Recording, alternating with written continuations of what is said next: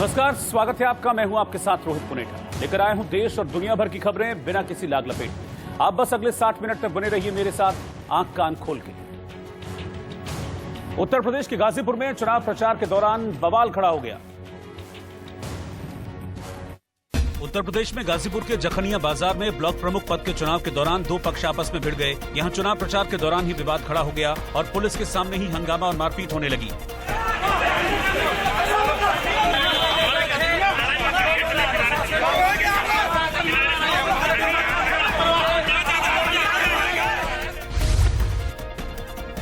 महाराष्ट्र में औरंगाबाद के क्रांति चौक पर शिवसेना विधायक अंबादास दानवे ट्रैफिक जाम खुलवाते दिखे। इस दौरान एक ऑटो ड्राइवर ने जब रेड लाइट जंप की तो विधायक जी ने उस पर थप्पड़ों की बरसात कर दी।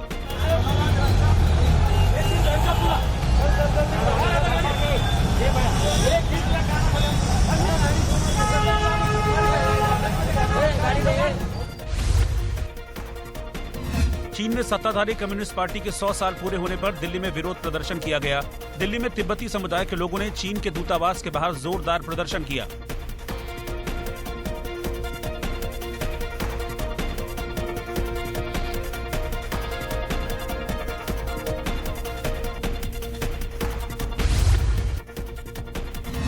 हरियाणा में रोहतक के सांपला झज्जर रोड के पास आसंडा गांव में 3 बदमाशों ने एक शख्स की हत्या कर दी।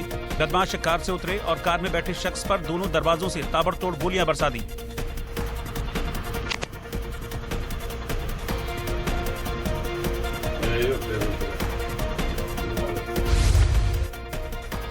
उत्तर प्रदेश के हरदोई में बिना मास्क के गाड़ी चलाने पर चालान काटे जाने के दौरान एक शख्स ने हंगामा कर दिया।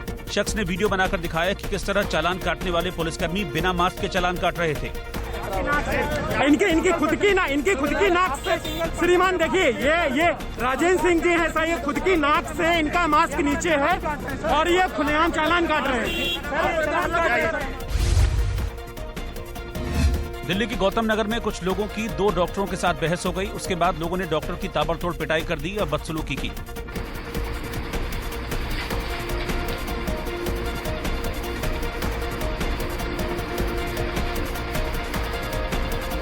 ओ भाई, फिर मारा यार, है ना? फिर मारा। देखा ये कोरोना की तीसरी लहर की आशंका के बीच मुंबई के मलाड में खरीदारी के दौरान भीड़ देखी गई। यहां कोविड गाइडलाइंस की धज्जियां उड़ती दिखाई दी।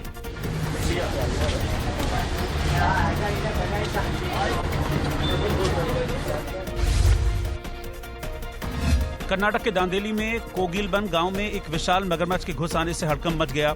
गांव के लोग मगरमच्छ के पीछे पीछे उसका वीडियो बना रहे थे। बाद में वन विभाग के अधिकारियों ने मगरमच्छ को पकड़कर नदी में छोड़ दिया।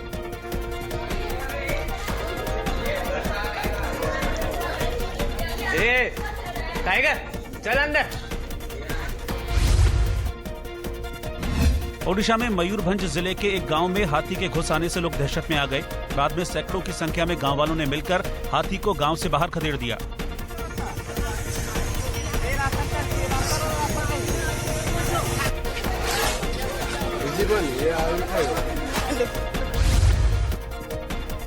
बेंगलुरु के केएसआर रेलवे स्टेशन पर देश का पहला movable fresh water tunnel aquarium आम जनता के लिए खोल दिया गया है।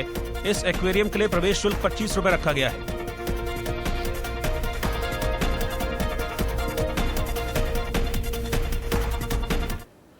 अहमदाबाद में फिल्मी स्टाइल में क्राइम ब्रांच ने किशोर लोहार गैंग को धर दबोचा। किशोर लोहार पर मर्डर, रेप समेत 14 संगीन मामले दर्ज हैं। ढाबे पर खाने के लिए बैठे किशोर लोहार गैंग के 4 बदमाशों को पकड़ने के लिए क्राइम ब्रांच की टीम ने फील्डिंग लगाई और इससे पहले कि बदमाश कुछ समझ पाते, सादी वर्दी में मौजूद अफसरों ने अचानक उनको धर दबोचा। फिर देखिए कैसे खाने के टेबल पर बैठे चारों बदमाशों को क्राइम ब्रांच के 6 अफसरों ने चारों तरफ से घेर कर पकड़ लिया। इसके बाद पुलिस वालों ने एक बदमाश की कमर में लगी पिस्टल छीनकर जब्त कर ली। इस दौरान पुलिस वालों से एक बदमाश काफी देर तक जूझता रहा। हालांकि पुलिस वालों ने बदमाश को काबू करने की खूब कोशिश की, लेकिन जब वो नहीं माना तो उसे कई थप्पड़ जड़ दिए। इतने पर भी जब उसका मिजाज नरम नहीं पड़ा तो पुलिस वालों ने उसके पेट में पिस्टल लगाकर जैसे तैसे उसे काबू किया। जानकारी के मुताबिक किशोर लोहार मर्डर, रेप, हत्या की कोशिश और वसूली जैसे मामलों में वांटेड था। मुखबिर की सूचना पर पुलिस ने पहले ढाबे पर फील्डिंग लगाई, फिर 7 पुलिस वालों ने मिलकर इन चारों बदमाशों को पकड़ लिया। हरियाणा के गुरुग्राम में बेखौफ बदमाशों ने एक शराब कारोबारी पर फायरिंग कर दी, जिसमें कारोबारी बाल बाल बच गया।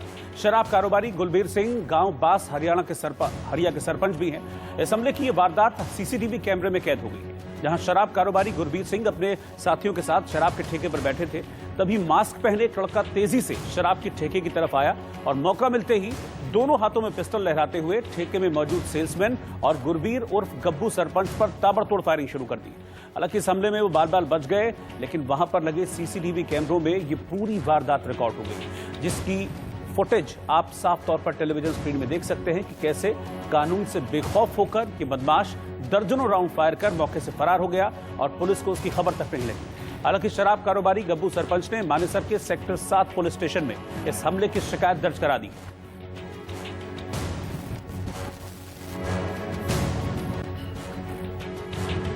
कल 8:30 बजे 4 युवक आए, दोनों हाथ में पिस्टल थी। उन्होंने पूछा मालिक का नाम कि बलबीर सिंह यहाँ हैं या नहीं हैं, तो मैंने कहा अभी तो नहीं है। उन्होंने कुछ भी नहीं किया, दोनों हाथों से पिस्टल चलाना शुरू कर दिया। हम अपनी जान बड़ा मुश्किल में बचा के यहाँ से भागे। ये कल शाम की बात है।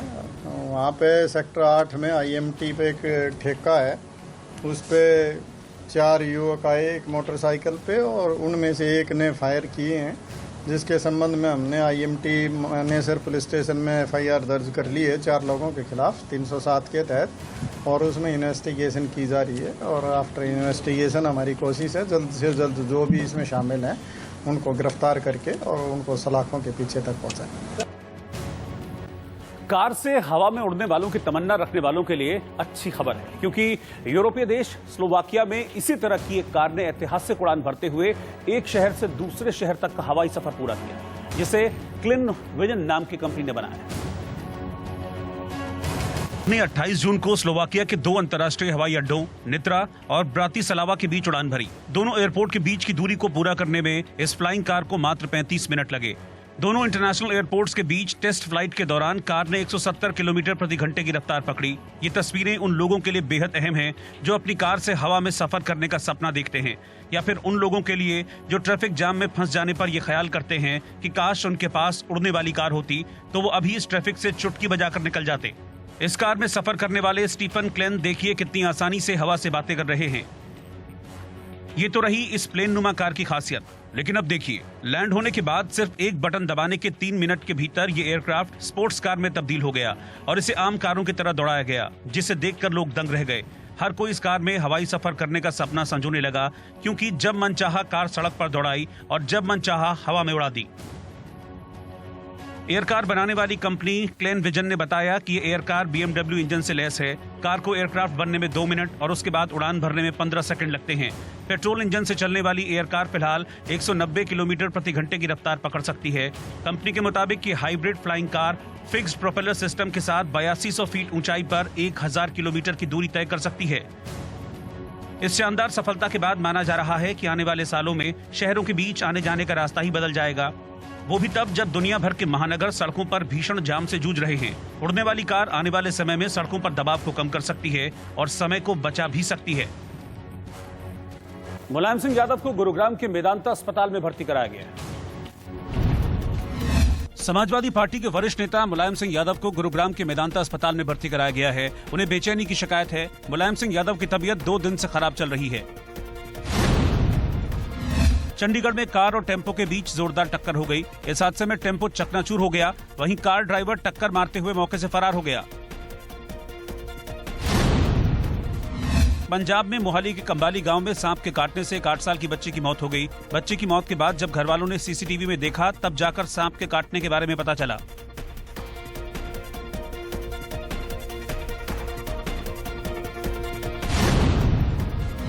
महाराष्ट्र के बुल्ढाना में नशे में धुत एक पुलिसकर्मी ने कोविड सेंटर में जमकर हंगामा किया। कोविड सेंटर में लोगों को मना करने पर भी उस पर कोई असर नहीं हुआ।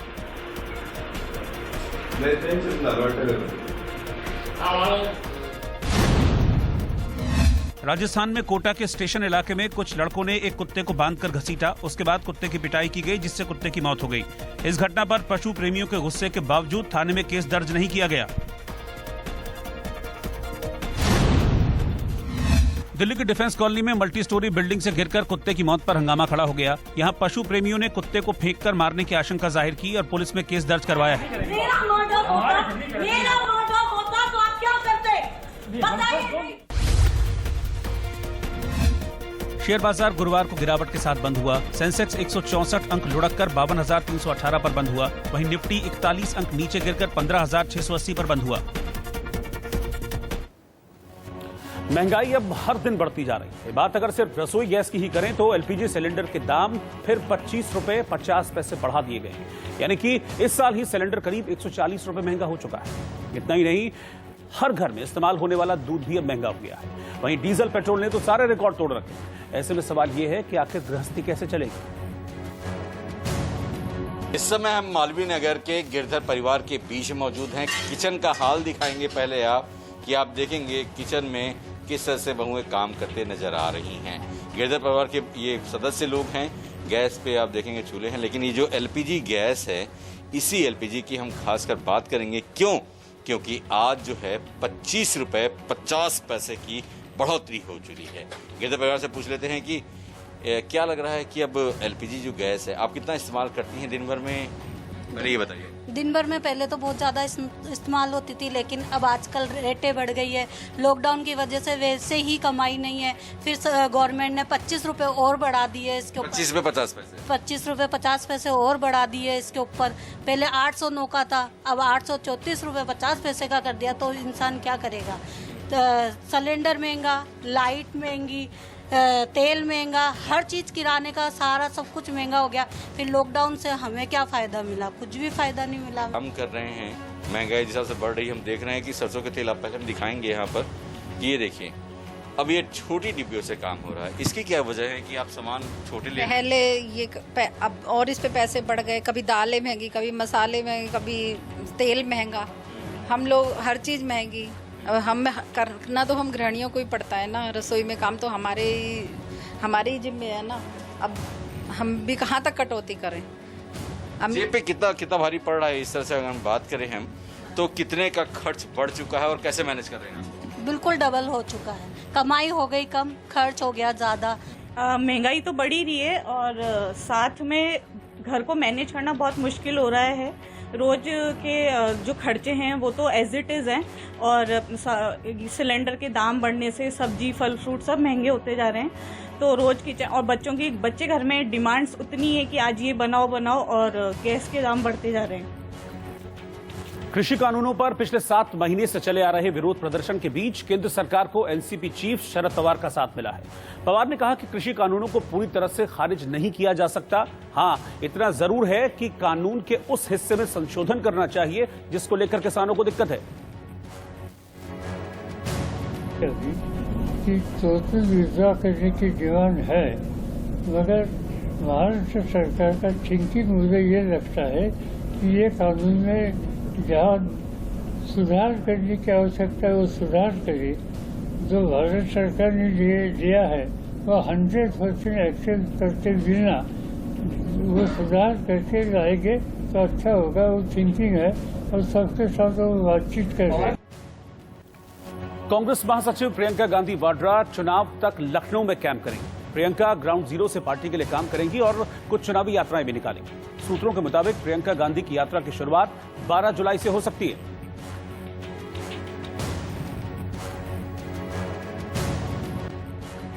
तैयारियों का अंदाजा इस बात से लगाया जा सकता है कि आप देख सकते हैं कि कांग्रेस प्रदेश कार्यालय में प्रियंका गांधी वाड्रा के नाम का बोर्ड यहां पर लगाया जा चुका है। यानी ये आप देख सकते हैं जो दरवाज़ा लगाया गया है, ठीक इसी ऑफिस में प्रियंका गांधी जी बैठेंगी और ये पूरा इंटरकनेक्टिंग आप देख सकते हैं। बाकायदा ये ऑफिस भी उन्हीं के पास होगा। बाकायदा यहाँ पर मीटिंगें और जो ग्रुप की बैठकें होंगी वो इस कमरे में होंगी और यहाँ से यहाँ पर प्रियंका गांधी का स्टाफ जो है वो बैठेगा। आप देख सकते हैं यहाँ पर पहले दरवाज़ा नहीं बनाया गया था, बाकायदा आप दरवाज़ा देख सकते हैं जो यहाँ पर तैयार किया गया है। तो इस दरवाजे के ज़रिए से ही स्टाफ जो है वो आ सकेगा, जा सकेगा। यानी पूरी तरह से ये पूरा जो एरिया है वो उनके लिए तैयार किया जा चुका है। यानी अंदाज़ा इस तरह से लगाया जा सकता है कि 12 जुलाई को आने की पूरी जानकारी है कि कांग्रेस महासचिव प्रियंका गांधी वाड्रा 12 तारीख को यहाँ पर आने वाली हैं। और उसके पहले ही यहाँ पर आप देख सकते हैं कि जो उनका कार्यालय है वो प्रदेश में कांग्रेस कमेटी में बनकर के तैयार हो चुका है। प्रियंका जी कब तक ग्राउंड जीरो तक पहुंचेंगे, उनका कैंप कार्यालय कब तक यहाँ शुरू होगा? क्योंकि जो जानकारी मुझे मिल रही है शायद जुलाई फर्स्ट वीक या सेकेंड वीक में आने वाली है, कुछ 10 या 12 जुलाई के आसपास। प्रियंका गांधी जी इसी महीने से उत्तर प्रदेश में नजर आएंगी, उत्तर प्रदेश के लोगों के साथ संघर्ष करती नजर आएंगी। उत्तर प्रदेश के साथ जो अभी तक नाइंसाफी हुई है, कांग्रेस पार्टी के जाने के बाद से उत्तर प्रदेश में एक भी बड़े अस्पताल, एक भी पीएचसी, सीएचसी, जिला अस्पताल स्तर के अस्पताल नहीं खोले गए हैं। उत्तर प्रदेश में जो बड़े बड़े उद्योग धंधे कांग्रेस पार्टी की सरकार में स्थापित हुए थे वो बंद कर दिए गए, जहां से रोजगार का सृजन होता था। उन सब के लिए प्रियंका गांधी जी इस तय कर चुकी हैं कि उत्तर प्रदेश में इन सबको फिर शुरू करने के लिए, उत्तर प्रदेश में किसानों को खुशहाल करने के लिए, उत्तर प्रदेश में रोजगार के अवसर देने के लिए कांग्रेस पार्टी की जरूरत है। और कांग्रेस पार्टी उत्तर प्रदेश में इसी कारण सरकार बनाने की दिशा में काम करेगी। समाजवादी पार्टी के अध्यक्ष अखिलेश यादव ने जन्मदिन के मौके पर सीएम योगी के बधाई संदेश पर तंज कसते हुए कहा कि सरकार का मेगा टीकाकरण अभियान कैसा चल रहा है ये सभी लोग देख रहे हैं। वो कोविड-19 का टीका तब लगवाएंगे जब प्रदेश की सभी जनता को टीका लग जाएगा। मैंने पहले भी कहा और आज मैं जन्मदिन के दिन भी कह रहा हूं, उत्तर प्रदेश की जनता को वैक्सीन लगवा दें और जब आखिरी वैक्सीन बचे तो मैं उनके लिए तैयार हूं कि हमारे भी लगा दें। और अगर ये नहीं लगा सकते तो आने वाले समाजवादी सरकार आने वाली है, हर गरीब किसान नौजवान को वैक्सीन लगेगी और आखिरी में हम भी लगवा लेंगे। हरियाणा के पूर्व मुख्यमंत्री भूपेंद्र सिंह हुड्डा को एक केस में बड़ी राहत मिली है। हरियाणा के पूर्व मुख्यमंत्री भूपेंद्र सिंह हुड्डा को एजेएल प्लॉट आवंटन मामले में राहत मिली है। हाईकोर्ट ने इस मामले में आगे किसी भी कार्रवाई पर रोक लगा दी है। आम आदमी पार्टी में शामिल हुए कर्नल अजय कोठियाल उत्तराखंड उपचुनाव में मुख्यमंत्री तीरथ सिंह रावत के खिलाफ चुनाव लड़ेंगे। आम आदमी पार्टी ने मुख्यमंत्री तीरथ सिंह के गंगोत्री से उपचुनाव लड़ने की अटकलों पर बीजेपी को सीधी चुनौती दी है। भारतीय मूल के 12 साल के अमेरिकी शतरंज खिलाड़ी अभिमन्यु मिश्रा दुनिया के सबसे युवा ग्रैंड मास्टर बन गए हैं। अभिमन्यु ने रूस के सरगेई करजाकिन का 19 साल पुराना रिकॉर्ड तोड़ दिया। अभिमन्यु ने बुडापेस्ट में भारत के ग्रैंड मास्टर लियोन को हराकर ये उपलब्धि अपने नाम की। हरियाणा के कुरुक्षेत्र में एक 5 साल का बच्चा हितेन अपनी प्रतिभा से सभी को हैरान कर रहा है। हितेन को शिव तांडव जैसे कठिन स्रोत और मंत्र सहित सामान्य ज्ञान की अच्छी जानकारी है। प्रचंड पंचसायके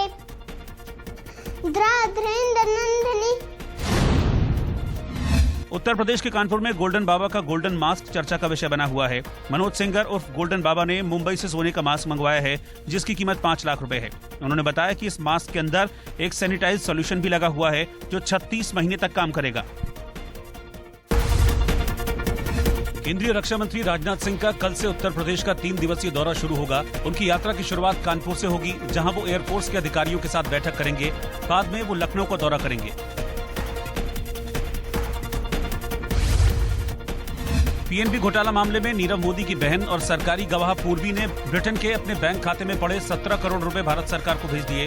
प्रवर्तन निदेशालय ने बयान जारी कर ये जानकारी दी। केंद्र सरकार ने लद्दाख और करगिल की राजनीतिक पार्टियों के 11 प्रमुख नेताओं से दिल्ली में अहम बैठक की। गृह राज्य मंत्री जी किशन रेड्डी के साथ हुई बैठक में कई मुद्दों पर बात हुई। देखिए, ये हमने कहा कि हम देश की स्ट्रेंथ बनना चाहते हैं, वीकनेस बनना नहीं चाहते हैं। हम इस बॉर्डर रीजन से आए हैं और हमें खुशी है कि गवर्नमेंट ऑफ इंडिया ने कारगिल के उस दूर दराज इलाके के लोगों को रिकॉग्नाइज किया और उनसे बात की। उत्तर प्रदेश में हरदोई जिले के गांव में एक मां ने मजबूरी में अपनी बच्ची को जिंदा दफन कर दिया। जानकारी मिलने पर ग्रामीणों ने बच्ची को बाहर निकालकर बचा लिया। बताया जा रहा है कि भोजन नहीं मिलने के कारण मां ने ऐसा किया। पुणे में डॉक्टर्स डे के मौके पर डॉक्टर दंपति ने फांसी लगाकर खुदकुशी कर ली। बताया जा रहा है कि पारिवारिक विवाद में दोनों ने आत्महत्या की।